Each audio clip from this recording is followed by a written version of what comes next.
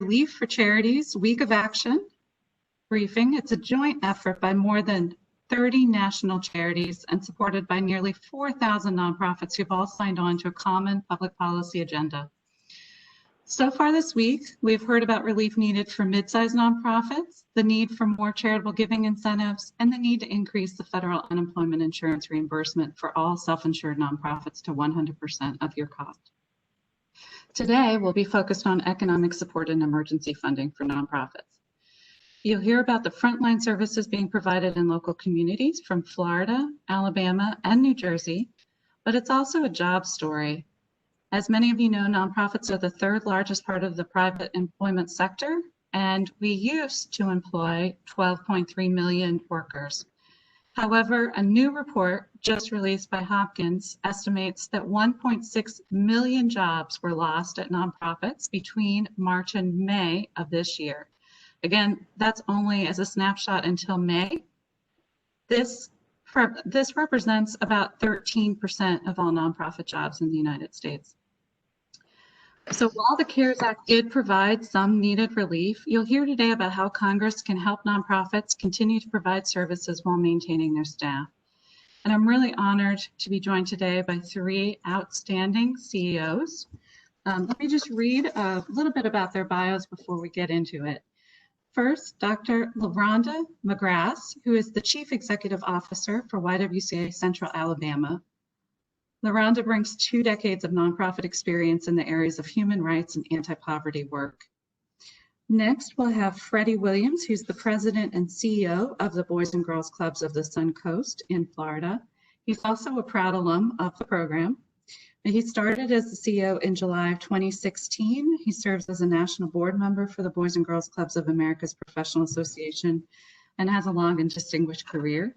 And finally, last but not least, happy to have Blair Wilson, who is the Chief Executive Officer of the Morris Habitat for Humanity, which is based in Randolph, New Jersey. She brings over 20 years experience in the affordable housing sector. Her work has been recognized by numerous organizations and businesses. And Blair's also a former 4-term town council member. She's having served as 2 terms as mayor and deputy mayor. So welcome, everyone. Let's turn to the panelists now to hear and have them paint the picture of how they've been dealing with the impact of COVID on their operations and staff. And LaRonda, would you mind kicking us off and sharing a little bit from your perspective with the YWCA? And I am not unbiased here as a consultant YWCA. I know you have 3 shelters at your local association, 2 domestic violence, also the Child Care Center, and you wrap around services and just do amazing work there. So really appreciate you taking the time to share your thoughts. Thanks, LaRonda. All right, thank you, Sally. So as you stated, the YWCA Central Alabama, we are one of over 200 YWCAs in the country. Collectively, we employ over 12,500 individuals across 45 states and the District of Columbia. YWCAs across the U.S. primarily serve women, girls, and families through our child care, housing, domestic, and sexual violence services. At my YW, as you stated, we run 3 shelters, 2 domestic violence and 1 emergency homeless shelter for families. Operate a nationally accredited child development center, serving over 100 children from low income and homeless families. Additionally, we provide other domestic violence support services, affordable, permanent, transitional housing, and social justice programming. During the month of April and early May, across my sister associations, more than 50% reported child care program closures and 60% reported a decrease in the child care revenue. A few of our associations provided child care for first responders and essential workers. Like many of my sister associations, our shelters never closed. Our 24/7 crisis lines continue to receive calls. In fact, our crisis line saw an increase year over year. And these were not just calls for information, these were calls for life-saving help. You see, victims of domestic violence were locked behind closed doors with abusers. And domestic violence does not stop during a pandemic. One call to our crisis line was from a survivor whose abuser lost their job as a long-haul driver due to COVID-19 layoffs. Ordinarily, the survivor would spend time with family on the weekends to escape the abuser's wrath. But now they were home together, and the abuser made sure they were unable to contact family members. Luckily, the victim was able to reach our crisis line and was provided safe shelter. Or there's the mom who lost her job due to COVID-19 layoffs. While she is looking for a job, she doesn't know what she will do for childcare because many of the childcare centers are closed due to COVID. She expressed to our staff her desire to work, but afraid that her children will become infected and then she will need to quit her job. She states that she is trying not to lose hope. Unfortunately, there are countless heartbreaking stories like these. Like many of my sister associations, we have seen an increase in our operational costs at all of our shelters as schools closed early for the year, no summer programming, and parents, many of whom in the essential worker categories were furloughed or laid off. They were now in shelter all day. Just like our households, we have experienced an increase in utilities, food costs, and the need for emergency assistance. In addition, we have all needed to purchase personal protective equipment and perhaps needing to reconfigure our workspaces to ensure a safe environment for clients and our staff. Clients in our housing programs have needed assistance to pay rent, utilities, and even help with medical needs. At the end of July, unemployment benefits will no longer include the additional $600 provided through the CARES Act. This was a stopgap measure for many families. We believe that August is when we will really see the effects of COVID layoffs, as those who are stably housed before COVID-19, sadly, many are not. Sadly, we will see an increase, we believe, in homelessness without emergency funding. Many of our clients benefit from our transitional housing programs on their journey from harm to hope. Families receive support to gain employment, manage their finances, and obtain permanent housing. During COVID, these families need more support now than ever before. YWCAs and many other nonprofits around the country serve the most vulnerable citizens in our communities. And without emergency relief funding, this will be almost impossible for many nonprofits to continue doing. Those staff who work in our shelters and child care centers as frontline workers should receive hazard pay. They put their lives on the line every day for the health and safety of those in their care. We ask for assistance to be able to pay them accordingly during this time.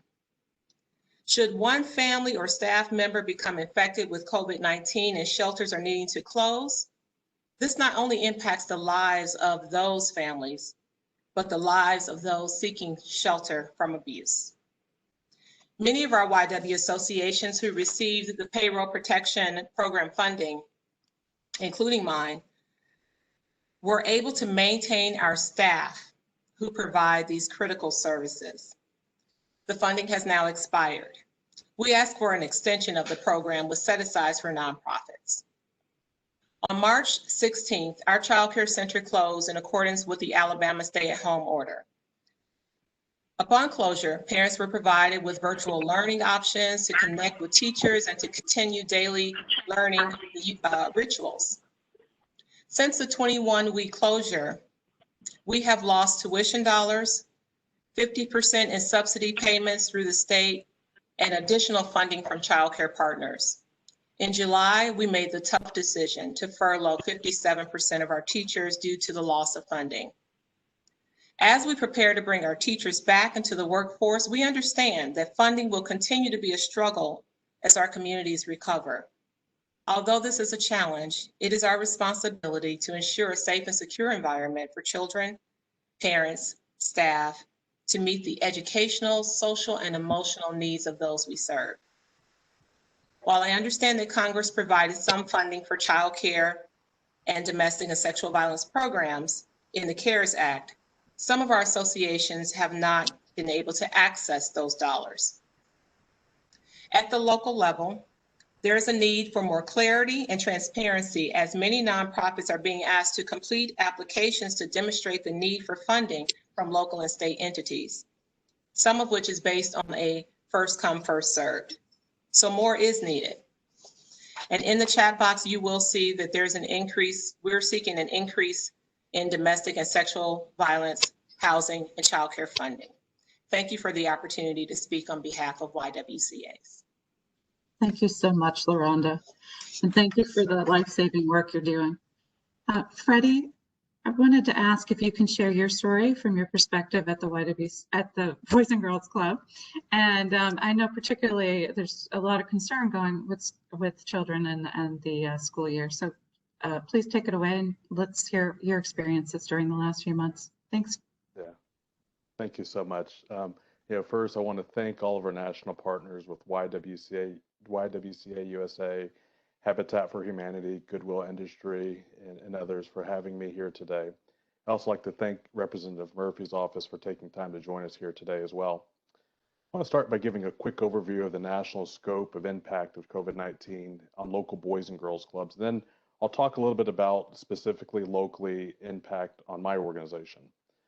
Prior to COVID-19 crisis, Boys and Girls Clubs across the country provided services to over 4.7 million youth across 4,700 club locations across the country. Our clubs are strategically located where kids are.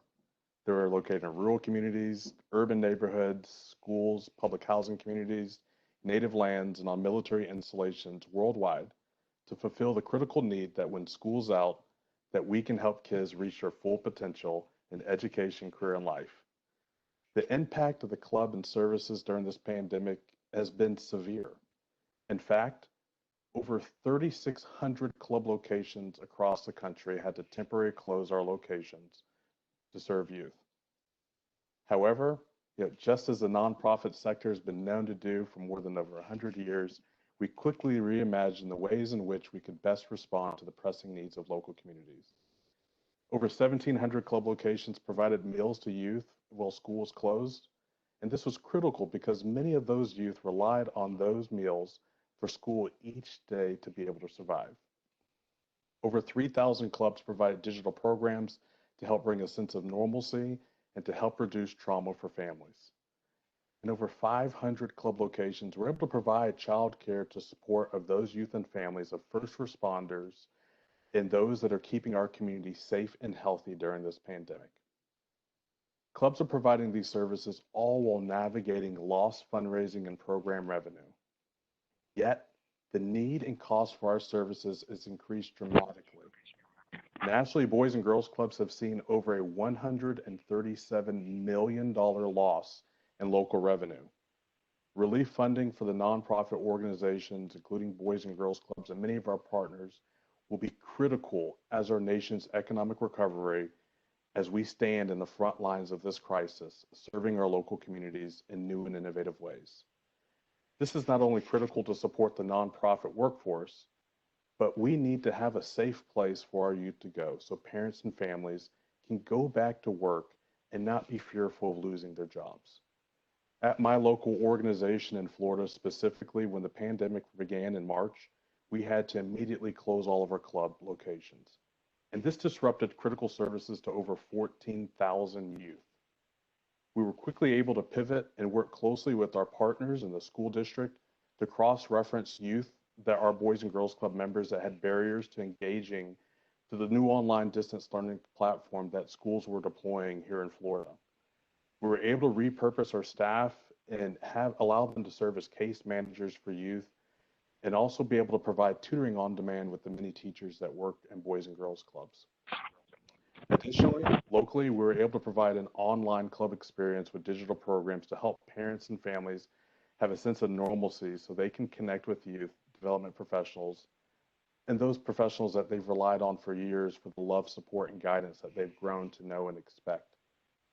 Additionally, we were able to work closely with Feeding America, our local school district, to pinpoint neighborhoods that needed critical food services and leverage our club locations. We're able to provide hot dinners at mealtime or hot meals at dinner time to over 50,000 kids in our local community. Now that we're in a recovery mode and we're working closely with public health officials, we're proud to be able to reopen a limited amount of some of our club locations in a safe and informed manner.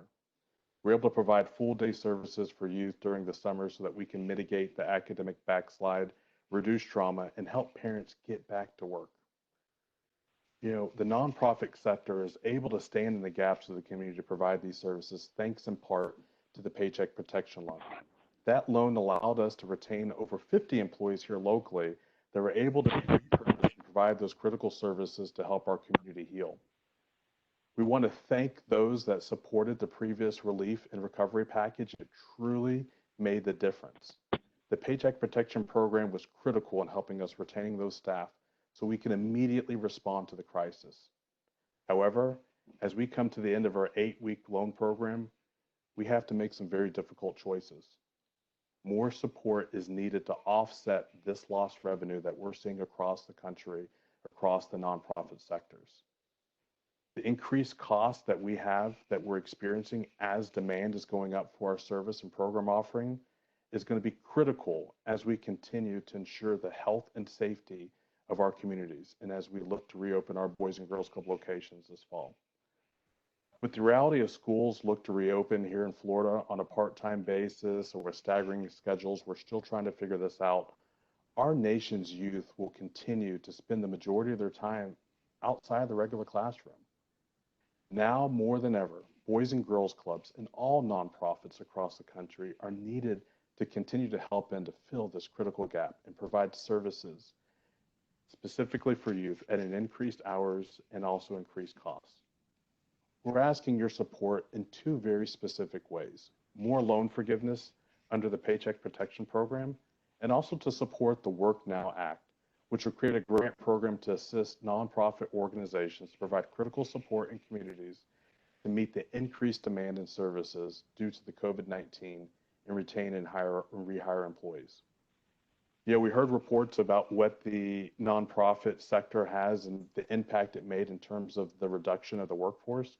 But prior to the pandemic, the nonprofit sector served as the 3rd largest employer with over 12 million workers. We must be prioritized in the work that we do with Congress. Please help support the nonprofit workforce and services provided like Boys and Girls Clubs that support millions of American families who are struggling during this crisis. You know, the work that we do as a nonprofit sector is not just a moral imperative, it is an economic necessity. And really thank you for your continued support. And thank you for your time and allowing us to share our story. Thank you. Thank you so much, Freddie, for sharing your story, how you're helping with the youth in your area, and also the way you're pivoting and being so flexible and meeting the needs. Blair, we really appreciate you sharing your story and sharing the housing needs that you're seeing in New Jersey with the local Habitat for Humanity. Really appreciate you taking the time today and look forward to your remarks. Thanks. Thank you. At Habitat for Humanity, our shared vision is a world where everyone has a decent place to live. Driven by this vision, Habitat for Humanity started in 1976 as a grassroots organization in southern Georgia. Our Hand Up to Home Ownership program is a model program where participants put in sweat equity working alongside construction professionals and volunteers from the community, helping to build their homes and homes of others in lieu of a down payment. Habitat then holds affordable mortgages to keep housing costs low, allowing homeowners to put down roots, begin to earn equity, and live better quality lives, since their housing payments are about 30% of their monthly income, which is a far cry from the 40 to 70% of their income that we hear currently is going to their housing costs. Since then, Habitat for Humanity has grown to become a leading global nonprofit working in local communities across all 50 states and in more than 70 countries. And right here in the US, it's about 1,100 Habitat affiliates like mine. I am the CEO of Mars Habitat in Mars County, and we're about 35 miles northwest of New York City. Our affiliate is one of the largest Habitat affiliates in New Jersey with 50 employees. Annually, we build several multi and single family projects along with preserving homes through home repair and aging in place programs. for low-income homeowners. We also run a retail operation called Restore, which funds about 40% of our program. And I should say this snapshot represents many of the affiliates, most of the affiliates in the US. Our nonprofit is unique as we are both the boots on the ground folks. We're working with people, families who are in housing crisis, either with a need for an affordable place to live or a need for improvement to their home. We are also small business owners with our retail operation. Our mission operates in the next phase of a crisis, the recovery. We're here to help provide homes and stability after the pandemic or any crisis has subsided. In 2019, Mars Habitat served 70 families, and we were on track to serve another families until COVID hit. While we could continue to build our new homes because affordable housing in New Jersey was considered an essential service, we had to shut down our home repair and our AIP, aging in place programs, in mid-March due to the nature of those programs going in folks' homes. So while the need for our services ratcheted up with people calling for plumbing, electrical issues, mold, and water damage, these are families in distress, and now they're in more distress because their homes are in deep disrepair. We were not able to respond. And additionally, our housing program slowed down due to the closure of a volunteer program, because now it's lengthening the time to build the homes because the funding wasn't there to hire contractors. One of the largest impacts to Mars Habitat is the lack of corporate volunteers, which then is a lack of or a decrease in donations. Since our program is largely based on volunteer labor, that helps to keep our construction costs low. Without the availability of volunteer labor, the cost of our projects increased by about 25%. And all indications are that companies are not prepared to allow workers come out to volunteer for at least a year, and in some cases 2. In addition, we were planning to bring to market 33 homes within the next year. The fallout of COVID means we have to work longer hours in trying to make this happen due to limited hours, work schedules of professionals, and even the folks we work with in municipalities. Everyone's trying to gear up for virtual and doing the workarounds. We also need to hire or have staff to make this happen. COVID required that we lay off or furlough employees while we brought some of them back through the life of the PPP loan, unless private funding greatly increases or unless we can get the extension of the PPP and the Work Now program, we're going to find ourselves in the same situation. Families like our homeowner in progress, HIP, we call him, Mahmoud, who's a great example of why we need additional funding, federal funding, to help our home ownership program stay in a strong position so we can build and repair more homes that we know is needed in this housing crisis that's been underscored through COVID. Mahmoud was a doctor in his native country of Egypt, and since coming to the US, he has had to work as an X-ray tech. He's had to work 2 shifts at 2 different hospitals due to the extra demands of COVID. And there was a severe shortage of the PPE. Given that he and his wife have a small child, his ability to work on his home doing the required sweat equity has been a challenge. Funding through a grant could potentially be a replacement through sweat equity for heroes like Mahmoud, who are keeping folks alive while putting himself and families at risk. I like that idea of hazard pay, by the way. And I might add, while he seeks a more affordable place to live, because remember, he's paying 50% of his income in rent. As we hear every day, including on today's call, COVID-19 has been devastating to a lot of people across the housing continuum. In our retail operation, it has been especially challenging for many reasons. The obvious one is that with the loss of income, we cannot provide the much needed homes and repairs. The stress associated with trying to make up the income loss is overwhelming. Our decision-making is precarious, timing hiring with incoming revenue. My Restore director explained it this way: staffing, social distancing guidelines, signage, new processes, new tasks completed with less staff, and the costs associated with implementing The new protocols brings the stress level of not knowing if you've contracted the virus because you're with the public every day to new heights. I'm scared to death that I will bring it home to my family, and that's a thought that never goes away.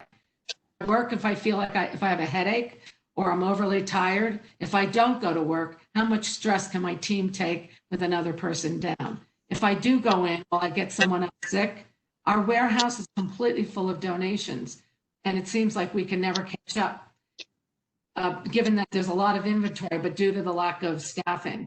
People are willing to work even temporarily. We could use them with additional funds.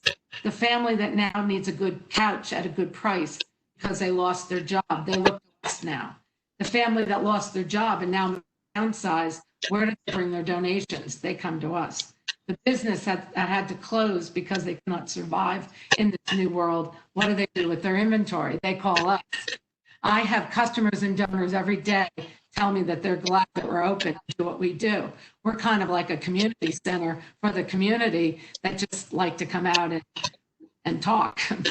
They don't know what they would do without us being there. So I have to tell you that this funding will help us help them, and we can hire. The Work Now Act picks up where PPP leaves off. The bill will support nonprofits with resources to help with their staff capacity when the PPP runs out. And I ran out on July 10th, which should talk about increasing stress level. This temporary program also provides an alternative financial recovery approach through grants rather than loans. It's administered by the Treasury Department. That's going to help nonprofits have the increased needs because of the pandemic crisis. We can retain our employees, they can scale their service delivery, and we can put newly unemployed people back to work serving their communities. The bulk of the federal funding must be used for employee compensation. My Restore director, along with my directors, manager, and myself, all had to take 10% pay cuts. This is on us trying to, we can't take care of ourselves if we can't take care of others. Nonprofits like Habitat for Humanity and our guests on this panel are on the front line of this pandemic, helping others with the necessities like food, shelter, housing, and healthcare. But the demand for these services are exponentially growing at a time when organizations must decrease their capacity because of shrinking revenues.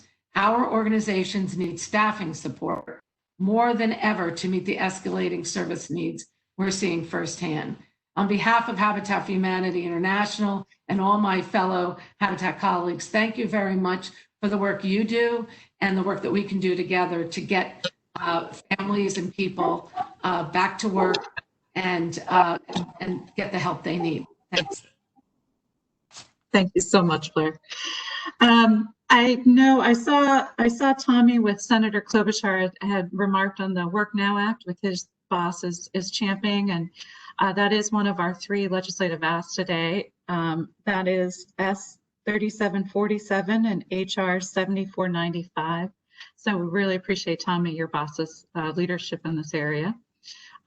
We'll just take 1 second and see if we are expecting Representative Stephanie Murphy to join us and make brief remarks today. Representative Murphy, are you on the line? Okay. I'm just double checking. Okay, so we may interrupt as she comes on, but let's go ahead and I just want to, you heard the policy recommendations through Blair, LaRonda, and Freddie's remarks here, but just to clarify again and be really clear, we appreciate so much the panelists sharing their stories. And the ask is for Congress in the next COVID package to do 3 main buckets here. First is extend and expand the Paycheck Protection Program by enabling a second round of funding for all 501c3 nonprofits to increase the employee cap and create a set aside for nonprofits. The HEROES Act that passed the House did 2 of these 3 and did have a set aside for nonprofits of all sizes. So we appreciate that. But as you heard, the original 8 weeks is up, and we really need that assistance for nonprofits to have a second bite at the apple and keep their staff and meet their mission. The second bucket is to expand the Employee Retention Tax Credit and enact programs such as the proposed Work Now Act that you've heard mentioned to help nonprofits retain their employees, scale service delivery, and create new jobs. And finally, last but not least, it is funding, direct grant assistance, the emergency funding through federal grant programs that enable nonprofits to serve the most vulnerable families and communities. I know LaRonda mentioned a few in her remarks, whether it's the funding for domestic and sexual violence service providers, childcare, housing that you've heard. We really appreciate the attention that was in the CARES Act and some of the funding that was in the HEROES Act, and hope that that can be maintained in the final COVID package. I think that Catherine had done a nice reminder. If folks have any questions, please do feel free to, again, put them in the chat box.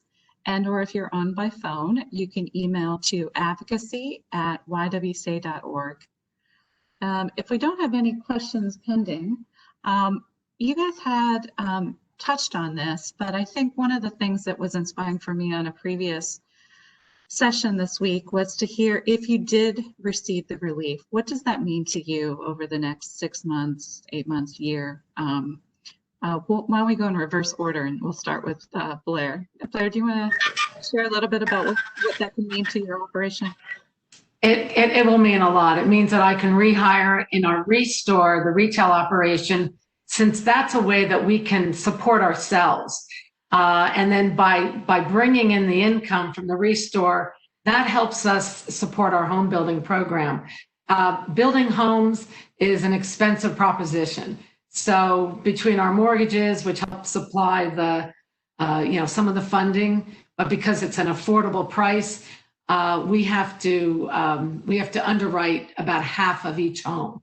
So the funding to be able to hire, retain staff, bring on new staff in the Restore will help us help ourselves, quite simply. I can't stress that enough, and that goes true for every Habitat affiliate. There's probably about 800 or 900 Restores in the country. I happen to know that I don't have the stats, but many of them either had to completely close down, or have a very limited operations. If we remember, there's the boots on the ground. We have right now, we've got to take care of the issues at hand now.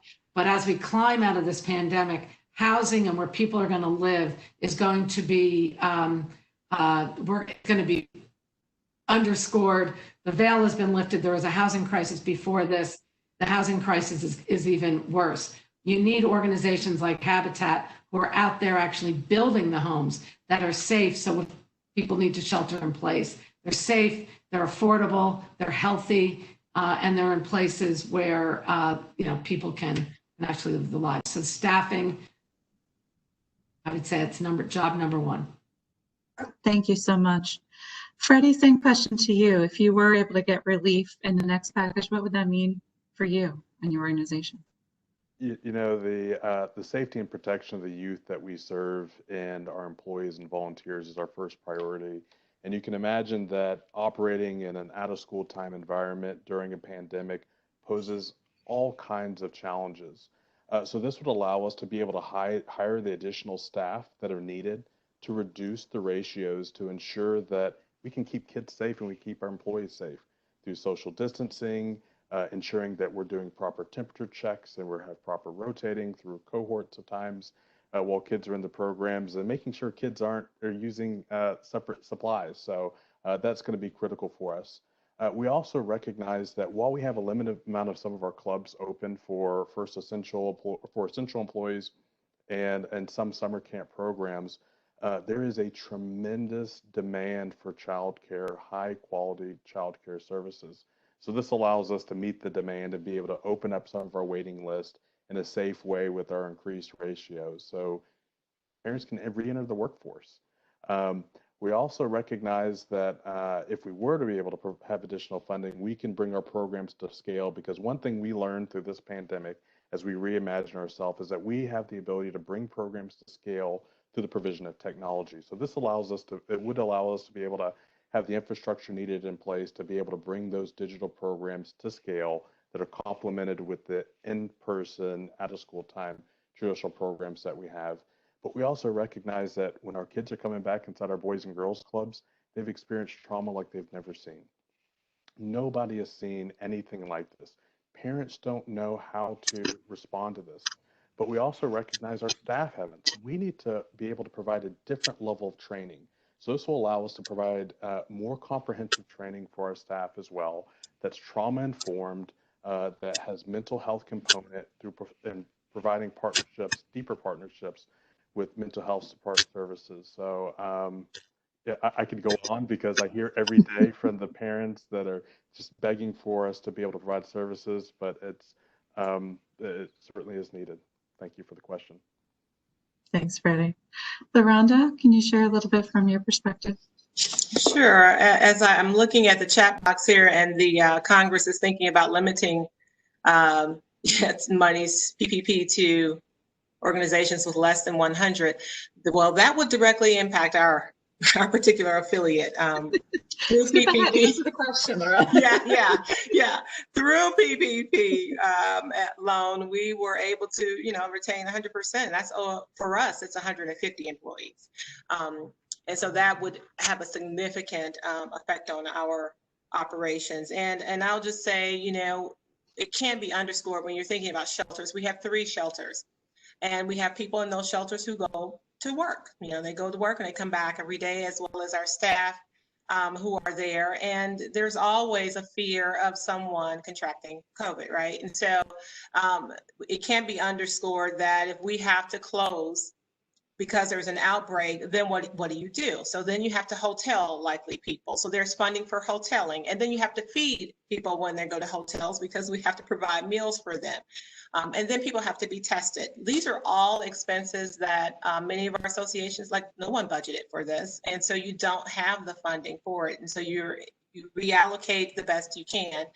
But what we do know is that we are committed. We will not turn a victim of domestic violence away because we're closed for some reason. And so we will figure out how to work it out. But this funding will really help as, again, the hazard pay for our staff who are, they are putting it in, and they're really, it's tiring. It is tiring. Just like I listen to healthcare workers and nurses and doctors who are so tired. And this is a very difficult time, I think, for everyone. And we also anticipate a decrease in funding that we're, historically kind of dependent on. And that's because of the pandemic, the rising unemployment. So we think it will also have an impact on funding in the coming months. And so to have this additional funding as a cushion, so that we need to reallocate accordingly for PPEs, as well as any build out that we need to do to keep folks safe, we need the flexibility to do that. I want to do a quick check, and I want to make sure that Representative Stephanie Murphy has not joined us before I go on.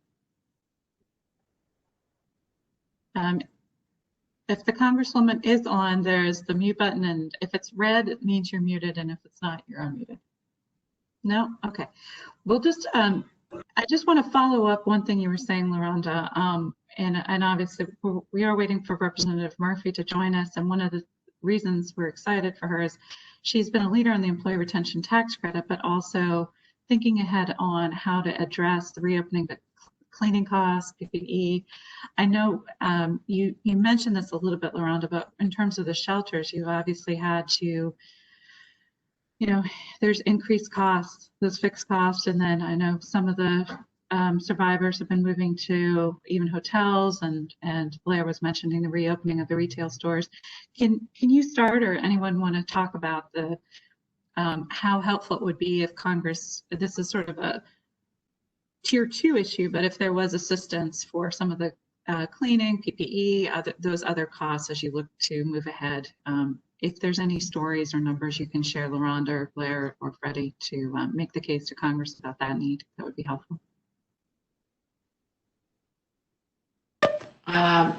If you don't, I don't mind answering that, because our program is different because we have the retail, but we also have the construction. And in both the construction and retail is similar to the programs that we just heard. But you have the cleaning and dealing with the public. You have cleaning supplies, you've got masks, you've got goggles. I can't hear you. I can't hear you. Say it again. Yeah, please. Just on the card. Oh. You have, on our construction site, they have to sanitize hard hats and the goggles.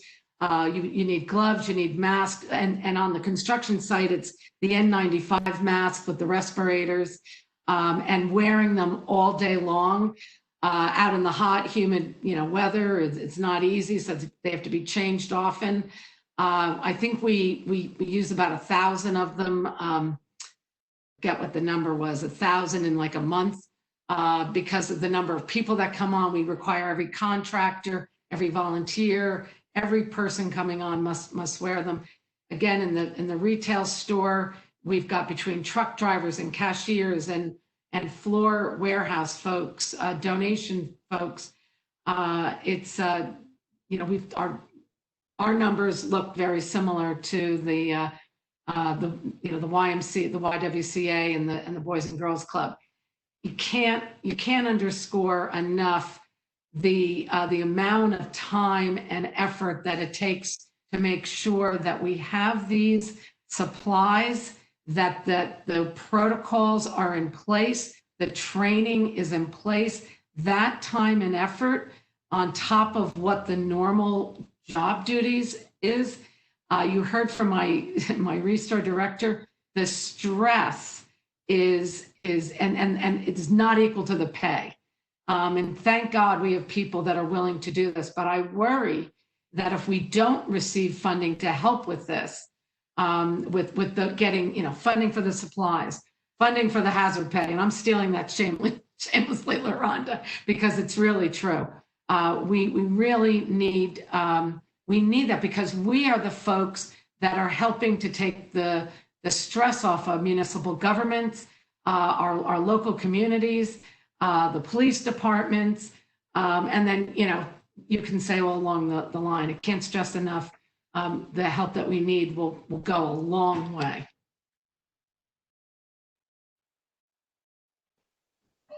I think I beat you, Freddie. And you mentioned numbers, Sally, and I'm thinking about we had a scare at one of our shelters, and it really cost us about $10,000 to close that shelter and relocate people.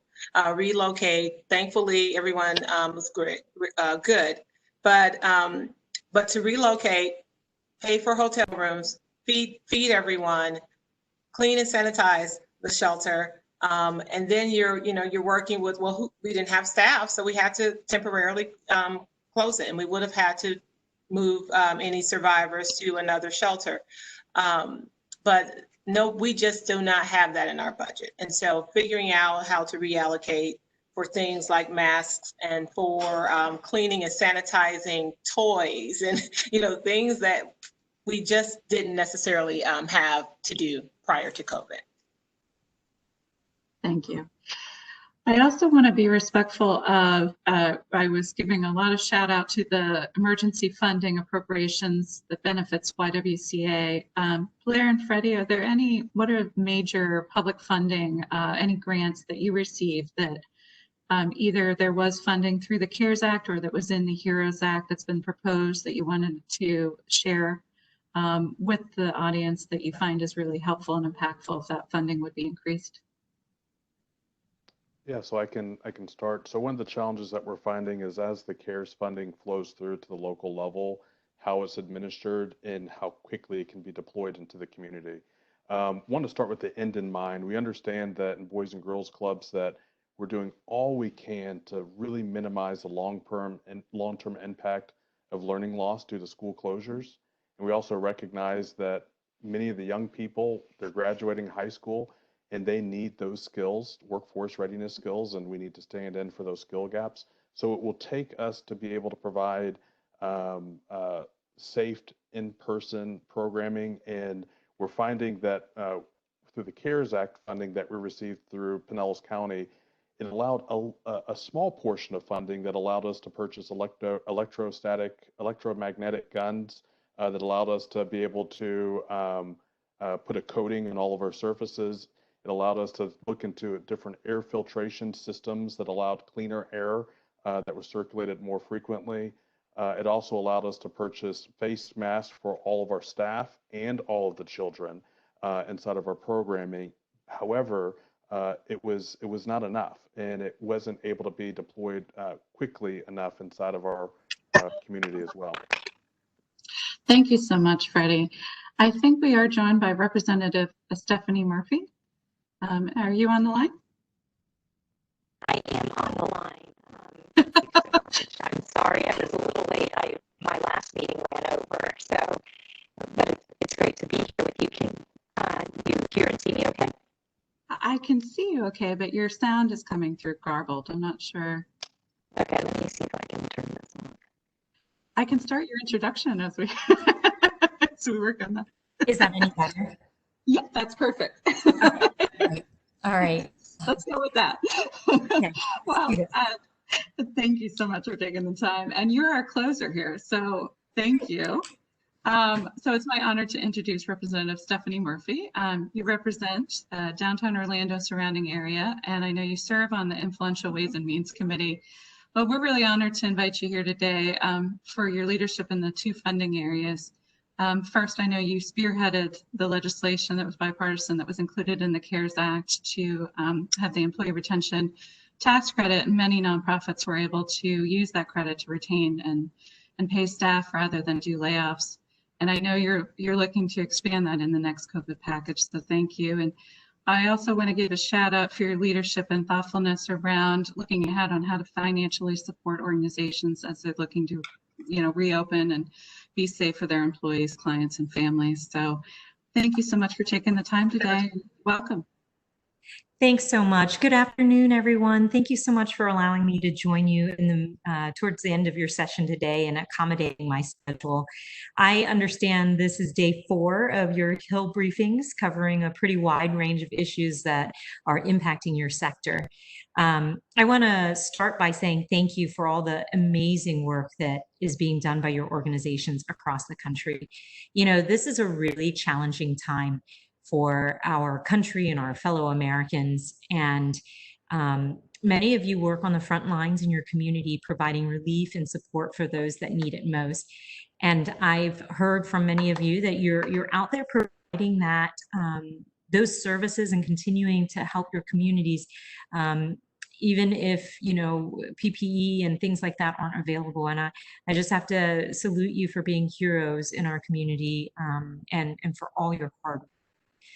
I also know that you're probably also feeling the economic impacts like any other firm that's trying to figure out how to keep your employees on payroll, make next month's rent, and making sure that nonprofits have the same access to federal resources has been a priority of mine, something that I will keep striving for as we enter negotiations this month on the next COVID relief package.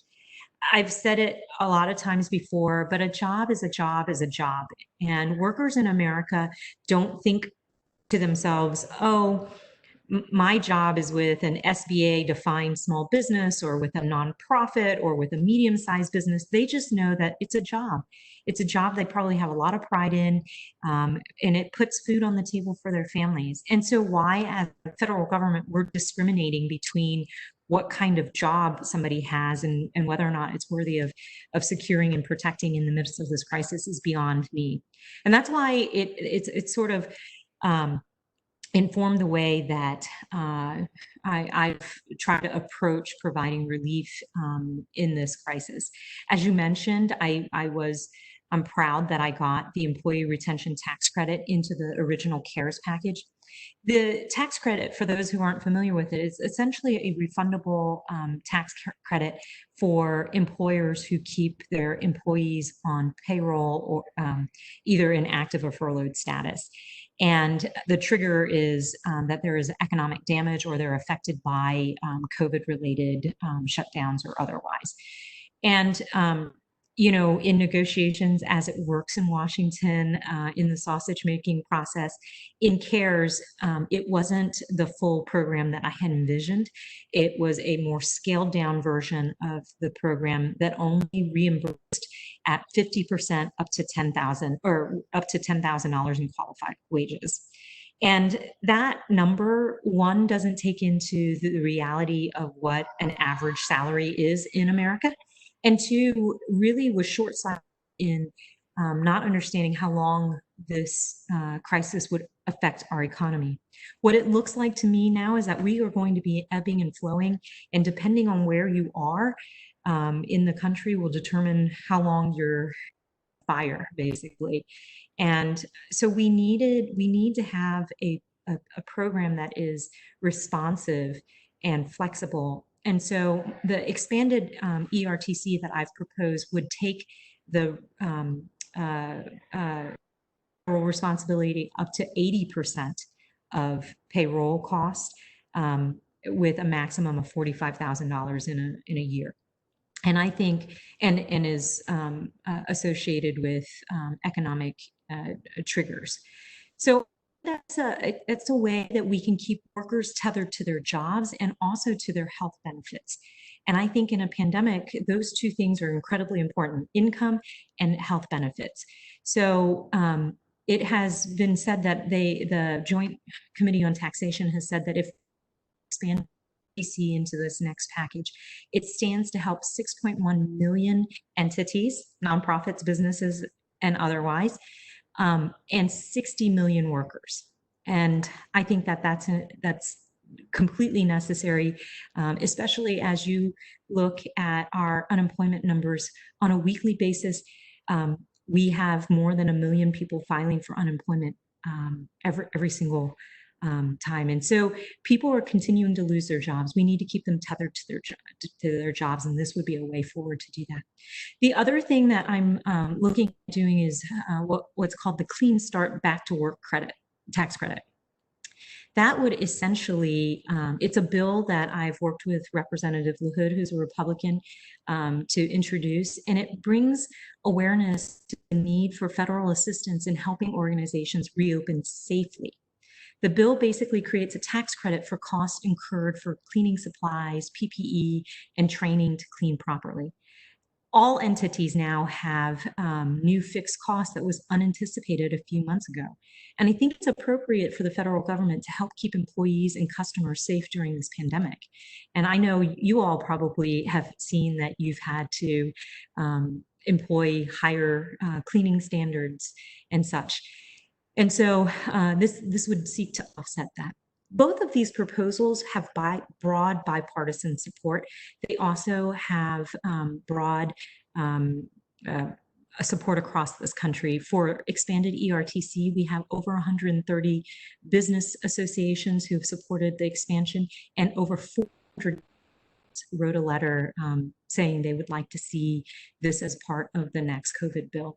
So fingers crossed, we're going into negotiations over the next few weeks, and I'm going to be working hard to make sure that that gets across the finish line and it gets signed into law.